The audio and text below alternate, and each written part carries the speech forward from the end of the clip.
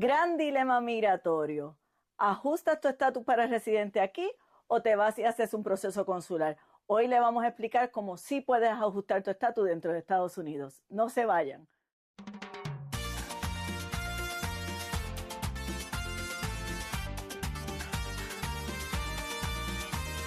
Inmigración para Latinos, un programa para nuestra comunidad.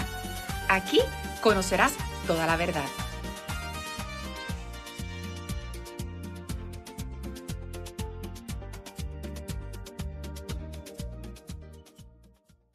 En unos episodios atrás habíamos hablado sobre el proceso de las peticiones familiares, donde los parientes de ciudadanos americanos y residentes permanentes tienen la posibilidad de pedir, solicitar o traer a sus familiares del extranjero. Y habíamos hablado de que hay dos maneras de poder llegar a una residencia a través de ese proceso. Una, que era a través de un proceso consular, donde la persona extranjera se mantenía en su país y entraba con su visa de emigrar aprobada, que es una residencia. Y el otro proceso que era ajustar el estatus, que no es otra cosa que decir que está solicitando residencia permanente, pero estando físicamente presente dentro de los Estados Unidos. Y hoy la buena noticia es que eso se puede hacer dentro de los Estados Unidos más fácil y seguramente de lo que ustedes se imaginan. ¿Y cómo se llama el proceso? El proceso se llama ajuste de estatus. Y vamos a empezar por el principio. ¿Cómo se hace el ajuste de estatus? Bueno, primero usted va a determinar cómo entró al país, porque eso es bien importante, la entrada al país. Y depende de cómo usted entró al país, entonces se determina si califica para ajustar estatus en este país, que se hace concurrentemente con la petición. Tiene que haber una petición, por eso fue que hicimos referencia al programa de la I-130, que no se lo pierdan. Vean. Por ahí deben de estar viendo por allí algún tipo de referencia acerca del programa. Y allí se dijo lo que eran parientes inmediatos y los preferenciales. Entonces, vamos a resumir rapidito lo que es un pariente inmediato. El pariente inmediato es cuando un ciudadano americano peticiona por un cónyuge, por un hijo menor de 21 años o los hijos peticionan por sus padres. Eso es un pariente inmediato. ¿Qué pasa? Si estás dentro de los Estados Unidos, puedes ajustar tu estatus mientras tú sabes que tienes una entrada legal al país. Entraste al país legalmente, ya sea que haya sido admitido por algún tipo de visa de no inmigrante, y en muchos de los casos, que también habíamos hablado de un programa acerca de los paroles, depende del tipo de parol que usted tenga. Si usted lo han dejado entrar por el método de parol, podría también calificar para un ajuste de estatus. ¿Y cómo se empieza el ajuste de estatus? Primero se hace concurrentemente, se hacen dos formas. ¿Cuáles son esas dos formas? La I-130 con la 485. La I-130 con la 485. ¿Por qué? Porque como dijimos anteriormente, siempre tiene que haber una petición. Pero mientras estés en Estados Unidos, se pueden hacer las dos formas concurrentemente. ¿Ok? ¿Cuál es la forma que te da la residencia? La 485. Ok, y ahora bien. Y te permite permiso de trabajo también. Te permite, exactamente, el proceso va en conjunto con el permiso de trabajo. Hay personas que no aplican para el permiso de trabajo por sus razones, pero es parte del proceso de ajuste de estatus. 130, petición familiar, 485, la forma que te da la residencia, y la 765, que es la aplicación para el permiso de trabajo, que usualmente estamos usando palabras. No estamos haciendo específicos porque sabemos cómo son los tiempos de procesamiento de USCIS o USCIS o el Servicio de Inmigración y Ciudadanía de los Estados Unidos, que no son los mismos siempre, y se espera que el permiso de trabajo llegue antes, pero no siempre. De la residencia. Bueno, ¿y qué tal si les hablamos un poco sobre cómo es la solicitud de la residencia, lo que es el formulario como tal, las preguntas que te hacen? ¿Y cuáles son las cosas en que las personas mayormente fallan en un proceso de esto? Ok, pues mire, después de haber hecho todos esos detalles y ese procedimiento que le hablamos acerca de las formas que se necesitaban y demás, y usted organizó todos sus documentos, habló con su abogado, vino aquí donde Ileana y donde mí, a Immigration Universe Attorneys, y los ayudamos con el proceso, le llega la entrevista, ¿verdad? Usted llegó a la entrevista. Hay una cosa que quiero aclarar. Señores, si usted va para la entrevista, no necesariamente tiene que ir como si fuera para la iglesia, pero tampoco va como si fuera para la discoteca. Tenga eso en cuenta. Eso es un detallito allí que es importante. Bueno, lo llaman para la entrevista. ¿En qué cosas fallan? Bueno, en la entrevista, cuando es concurrente, porque es un ajuste de estatus, se le va a entrevistar para la petición familiar Y luego que el oficial termina con la petición familiar, va con la 485, que ahí es donde realmente pues el cónyuge o la persona no tiene nada que aportar de momento, porque es estrictamente para el beneficiario. Pero ¿qué pasa? Si usted está en una entrevista de petición familiar, el oficial le puede hacer la cantidad de preguntas que quiera. Sí hay unos códigos de prudencia, que hay unas ciertas cosas que no le permiten a los oficiales acercarse a ese tipo de preguntas. Pero si usted sabe que usted no va a contestar lo mismo que su cónyuge, o porque su cónyuge no lo conoce lo suficiente, usted sabe que usted no está diciendo la verdad, usted sabe que usted está teniendo un problema. So, si usted va con la verdad, usted no va a tener ningún problema. Si usted va con la verdad, usted va a saber el color de las medias de su marido ese día. Va a saber el color de las medias, porque si usted está diciendo la verdad, créame que va a saber si las medias que él tiene puestas son Calvin Klein o son de esta tienda de por ahí que no puedo decir, ¿verdad? Para no dar anuncios no pagados, y yo acabo de dar uno, o vamos a especificar anuncio no pagado.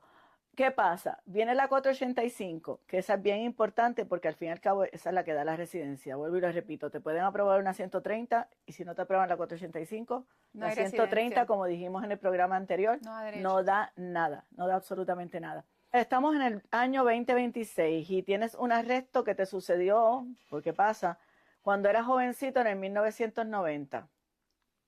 Un ejemplo, pero se da. Yo entiendo que se te olviden los detalles, pueden olvidarse los detalles, pero no se te puede olvidar que te arrestaron. ¿Usted sabe por qué? Porque cuando el oficial te está preguntando si a ti te arrestaron en el año 1990 o en algún momento de tu vida, porque usualmente no te van a preguntar el año porque se estarían yendo muy específicos, te van a preguntar en general a ver qué es lo que tú vas a decir, a contestar. Si usted sabe que usted lo arrestaron, diga la verdad, porque sabe que cuando usted está allí sentado, ya el oficial sabe la contestación a esa pregunta. Porque inmigración lo ve todo. Es por eso que siempre le especificamos. Si usted está casado, vamos a usar un ejemplo, este país, Colombia. Si usted está casado en Colombia, usted está casado en Estados Unidos. No puede decir, no, es que eso era en Colombia, pero aquí no. No, está casado aquí también. Si usted tiene un hijo que quizás por cosas de la vida fue fuera de matrimonio, ¿verdad? Eso son cosas personales. Tiene que dejarle saber al oficial también. Tiene que, ¿cómo es que se dice? Contar todos sus hijos, contar todos sus hijos, añadirlos es la palabra. ¿Por qué? Porque en la aplicación de residencia es donde se pueden encontrar las causales de inadmisibilidad. ¿Entiende? Y los oficiales están en la obligación de irse hasta cuando usted pidió la visa ya en su país de procedencia. Y si usted mintió en la visa en su país de procedencia, cuando usted llegue a la 485, allí es donde se va a saber. Y pues, probablemente va a tener que incurrir en tener que aplicar para un perdón y rogar de que califique, de que usted reúna los requisitos para que entonces más adelante le puedan sí aprobar esa residencia. ¿Qué otra cosa podemos decir de la 485? Bueno, lo del perdón sería si encuentran que la persona es inadmisible porque por algún fraude, dio información incoherente, por un delito, por un delito grave. Sí. Bueno, en términos de lo que es esas entrevistas y las veces que yo he ido con los clientes a las entrevistas, yo siempre les digo y los preparo. Una semana antes nos reunimos, hablamos sobre las preguntas que le van a hacer allí, que son las mismas del formulario, y que ellos lean las preguntas, porque las preguntas no son difíciles, pero no son preguntas típicas. No son típicas. Preguntan que si usted viene aquí a prostituirse, a trabajar con explosivos, a trabajar con armas, a cometer todo tipo de delitos, y pues es bueno que las lean para que estén enterados de qué es lo que le están preguntando allí. Pero realmente lo que están tratando de revisar es si usted, la respuesta que usted da en el formulario y lo que está dando verbalmente, confirma la investigación que ya ellos realizaron. Entonces ya toda esa información la tienen. Exacto. Hay veces que las aplicaciones o las formas o los formularios tienen algún error gramático, algún error que sometió algún detalle, no haya sido... Sí, yo tenía casos de que a lo mejor la persona me había dicho que vivía en tal dirección, o sea, me está diciendo que vive en tal dirección y yo estoy mirando en la forma que vive en otra, y yo lo cuestiono, pero ¿por qué tengo dos? Y pudo haber sido pues que porque se mudó antes de la entrevista. Eso puede pasar. Eso puede pasar, pues mira, tan fácil como que el oficial lo arregla. ¿Y si no se acordaba de una dirección? Si no se acordaba, no se acordaba. A mí se me olvidaba. No sé, si no se acuerda, no se acuerda. Pero tú sabes que con la experiencia que tienen los oficiales, se sabe cuando la persona está mintiendo. Cuando están nerviosos, se sabe cuando no la persona saben está cómo mintiendo. contestar la pregunta, lo piensan bien antes de dar respuesta. El que Exactamente. contesta rápido se sabe que está diciendo la verdad porque contesta lo que le viene a la mente. No está decidiendo si debo decirlo o no debo decirlo. ¿Será que esto me perjudica? Mejor digo esto otro. Acuérdese de una cosa.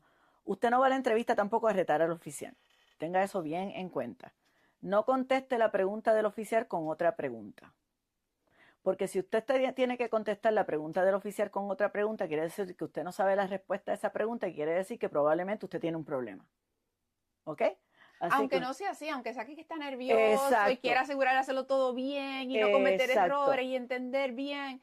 Pero si ya usted se estudió esas preguntas, las leyó y sabe lo que dicen, entonces no hay que buscar más. Sí. Y cuando decimos estudiar no es que se memorice, es que yo como adjudicadora, yo siempre le aconsejaba a la gente, y por ejemplo, los que tienen abogados, y yo sé que nosotros aquí lo hacemos, tú usualmente repasas esos formularios con las personas antes de presentarlos a inmigración. Sí, para que y ellos mismos te pueden, exactamente, y están en todo su derecho hasta de pedir una copia, porque usted pagó por ese servicio. Y si se le olvidó pedir una copia, el número del formulario, usted entra a Google y la baja. Repase lo que le preguntan allí. No es porque va a mentir ni se va a memorizar nada, pero así más o menos usted tiene una idea de qué es lo que le están preguntando. Porque sí es cierto, a veces puede ser confuso, a veces está la barrera del idioma, porque a veces aunque usted entiende inglés y no lleve un intérprete, pero hay personas que pronuncian cosas o usan términos de diferentes maneras, aunque están supuestos a usar los términos específicos que están en la forma, inclusive en la parte de abajo de cada oración de la forma, está la manera en que el oficial está supuesto a refrasear lo que le va a decir. Pero también pueden usar otras maneras de hablar que no realmente sean para perjudicarlos. A veces son acentos, problemas de acento. Pues mire, tengan una idea más o menos de lo que le están preguntando.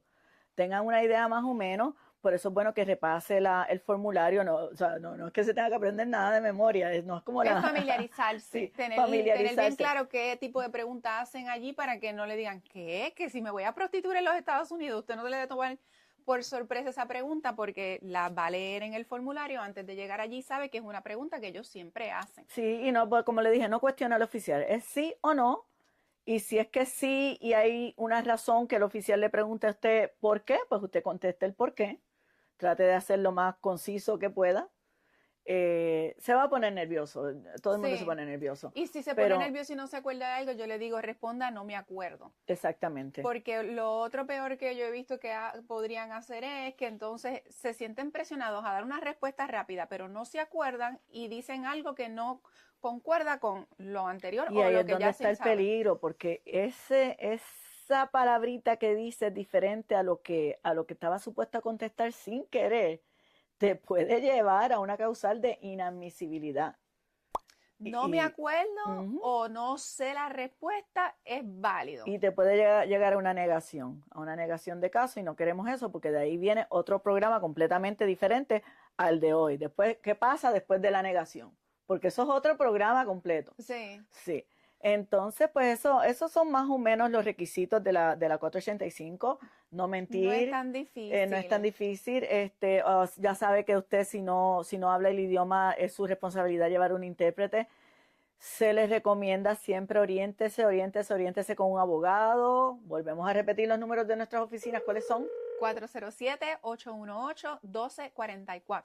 ¿Qué más podemos añadir acerca del proceso de ajuste? Lo más importante, vaya calmado, vaya relajado. Una persona que va con ansiedad, estresada, sudado, llegue allí, se le van a olvidar hasta el nombre. No va a poder recordarse ni de su propio nombre. ¿Cómo se llama mi esposa?